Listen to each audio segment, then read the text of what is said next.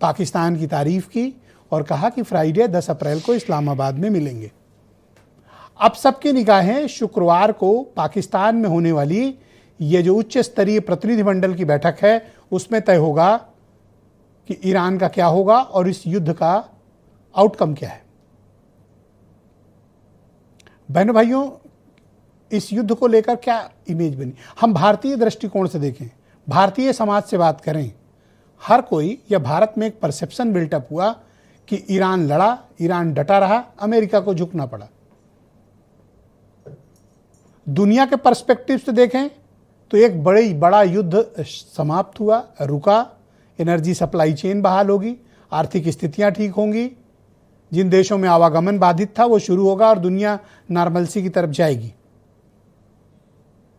इस युद्ध से भारत को क्या हासिल हुआ और नुकसान हुआ?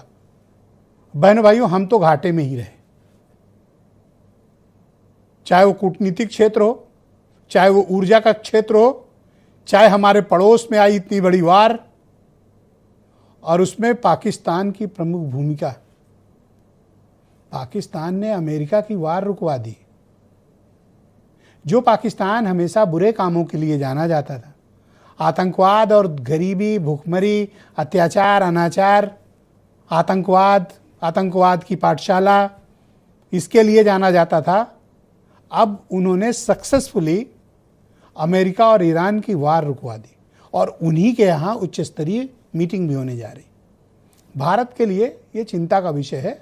हमें ग्लोबल पर्सपेक्टिव, डोमेस्टिक पर्सपेक्टिव पर भी ध्यान देना पड़ेगा कि हमारी भूमिका क्या रही है।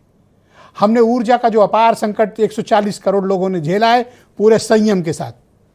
इस देश की सरकार को चाहिए कि इस देश के आम नागरिकों की तारीफ करे कि उसने सैक्रिफाइस किया, उसने अपनी ज़रूरतों को कम किया और सरकार का साथ दिया, क्योंकि ये ऊर्जा संकट से हर कोई वाकिफ था।